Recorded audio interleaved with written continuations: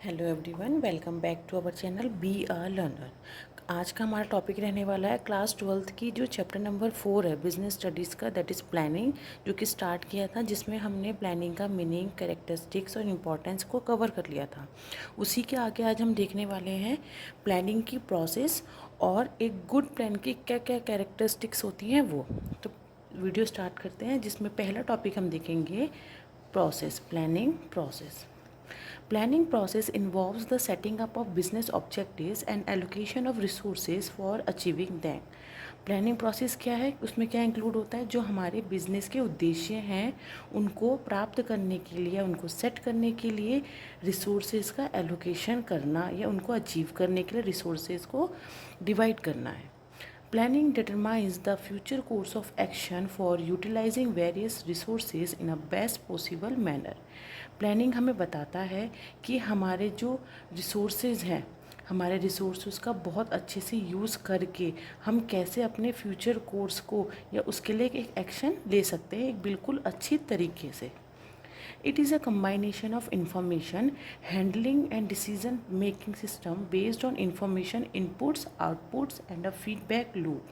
Planning process क्या है, एक कंबाइनेशन है, जो भी हमारी जानकारी हमारे हाथ लगती है या हमें मिलती है कि हमें किस रूप में डिसीज़न लेना है, सारी इन्फॉर्मेशन को देख कर ध्यान में रखते हुए, जो वो कुछ भी हो सकती हैं, इनपुट्स, आउटपुट्स और अ फीडबैक लूप, जो हमें फीडबैक मिलता है उससे भी रिलेटेड। प्लानिंग प्रोसेस में 8 स्टेप्स इंक्लूड हैं, जिसमें कि फर्स्ट स्टेप्स है awareness of opportunities. The first step in planning process is the awareness of the business opportunity and the need for taking action.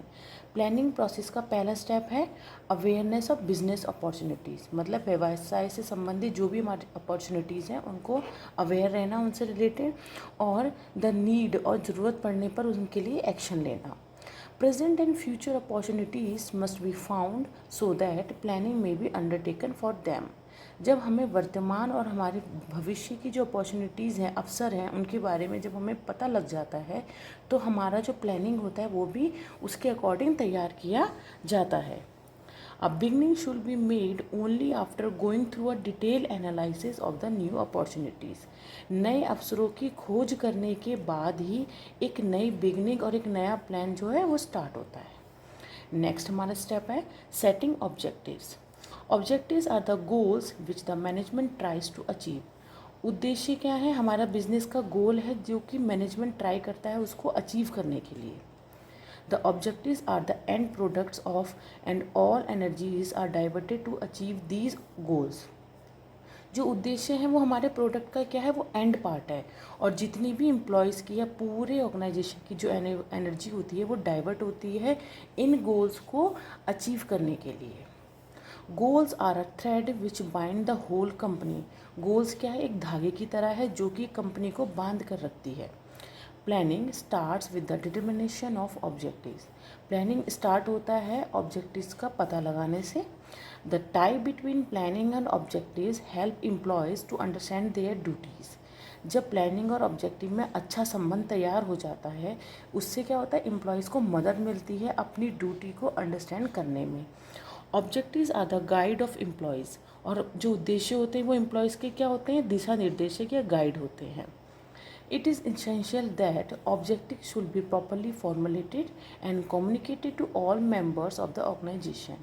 ये ज़रूरी है कि जो हमारे ऑब्जेक्टिव्स हैं बिजनेस से रिलेटेड, जो हमारे गोल्स या उद्देश्य हैं, वो अच्छे से हमारे एम्प्लॉयज़ को, जो ऑर्गेनाइजेशन के मेंबर्स हैं, उनको कम्युनिकेट कराना चाहिए, जिससे कि उसको अचीव करने में हेल्पफुल हो सके।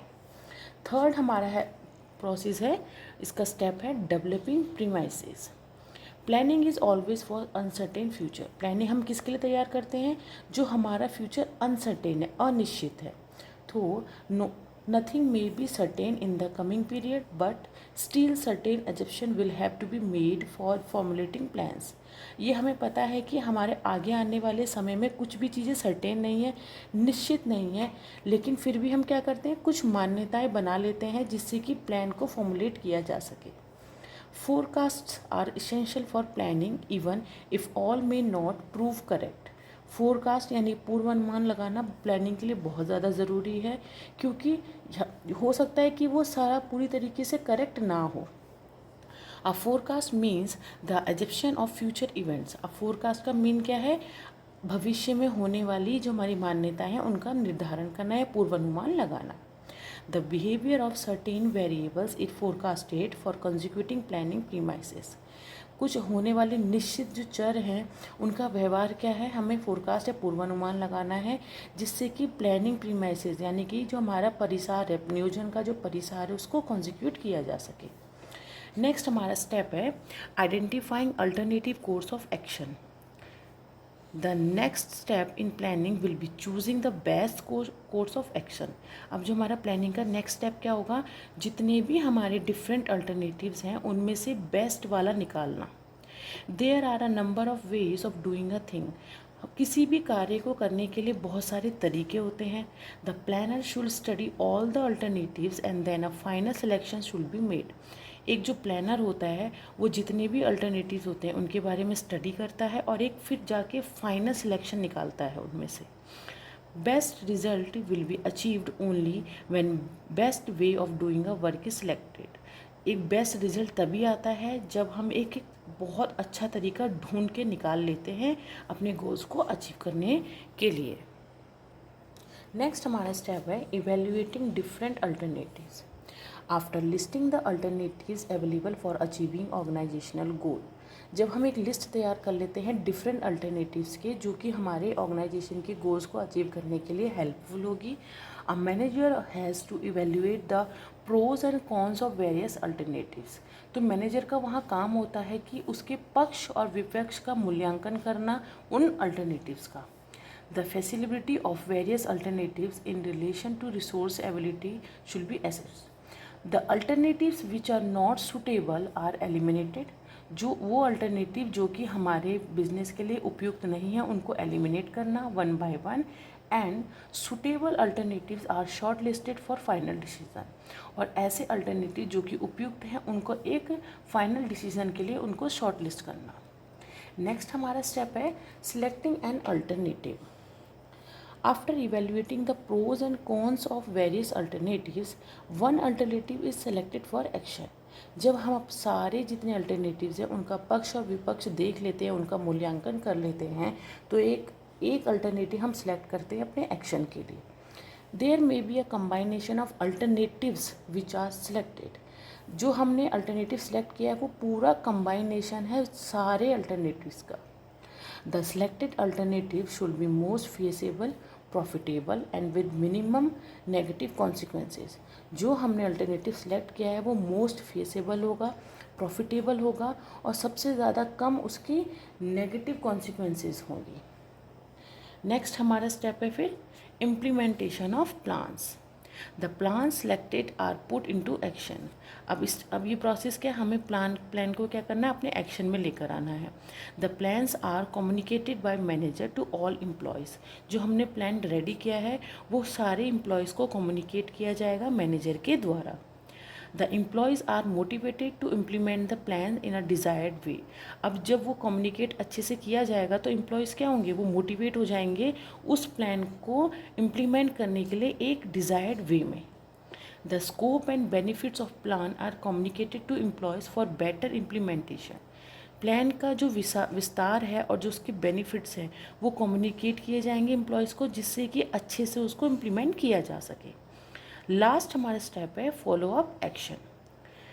The follow up action is to ensure that the plans have been properly implemented. Follow up action का मीन्स है कि ये सुनिश्चित करना है कि जो प्लान है वो अच्छी तरीके से इम्प्लीमेंट हो गया है। The implementation of plans is regularly reviewed and any type of deviation in implementation is corrected immediately. अब प्लान को अच्छे से इम्प्लीमेंट करने के लिए उसको रेगुलरली चेक किया जाएगा और अगर किसी भी तरीके का कोई डेविएशन आता है इम्प्लीमेंटेशन में तो उसको इमीडिएटली उसको करेक्ट किया जाएगा। अब जो हमने प्रोसेस ऑफ प्लानिंग देखी है उसको फ्लो चार्ट के थ्रू देखते हैं, जिसका फर्स्ट स्टेप था awareness of opportunity, next is setting objectives, next is developing planning premises, next identifying alternative course of action, next evaluating of different alternative, next selecting an alternative, next implementation of plan, next follow up action. अब next हमारा आगे topic है characteristics of a good plan. एक अच्छे नियोजन की क्या क्या विशेषताएं होनी चाहिए। Plans are prepare to achieve organisational गोल।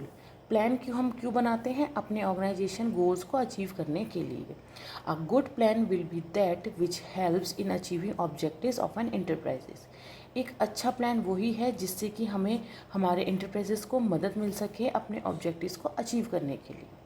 अब जिसकी फर्स्ट कैरेक्टरिस्टिक है clear objective. A good plan should be based on clearly defined objectives. एक अच्छा प्लान होना चाहिए जिसमें कि ऑब्जेक्टिव्स क्या हो, क्लियरली डिफाइंड हो। Planning is a tool to reach organisational goals. Planning एक टूल की तरह वर्क करता है जिससे कि ऑर्गेनाइजेशन के गोल्स को रीच किया जा सके।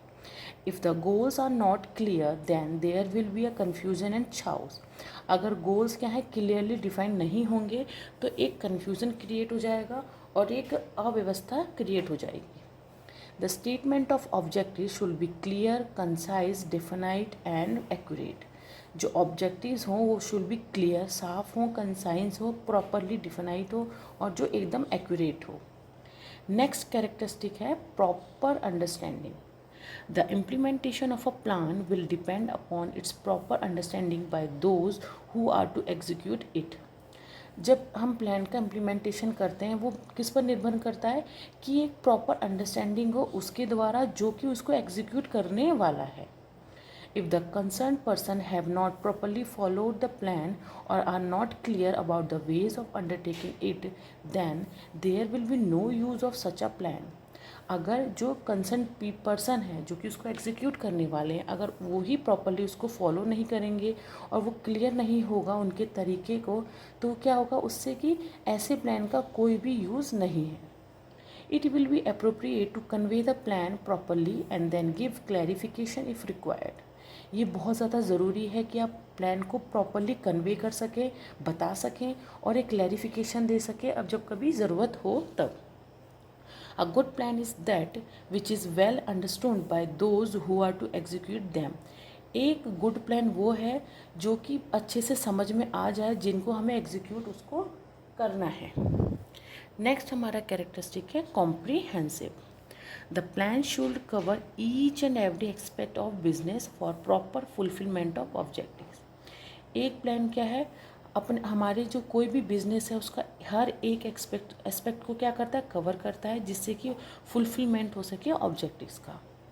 Various parts of the plan must fit together and their purpose and timing should be so arranged that necessary coordination result। जितने भी प्लान के वेरियस पार्ट्स होते हैं उनको एक साथ लाना और उसको उनके पर्पस और टाइमिंग को ऐसे अरेंज करना जिससे कि जो कोऑर्डिनेशन का रिजल्ट हो प्रॉफिटेबल हो। नेक्स्ट है फ्लेक्सिबल।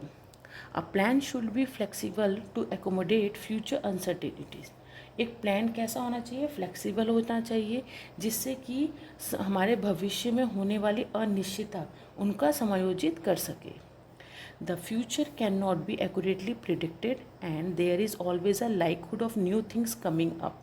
हमारा जो फ्यूचर क्या है वो एक्यूरेटली प्रिडिक्ट नहीं किया जाता, बिल्कुल सही उसका अनुमान नहीं लगा सकते हैं।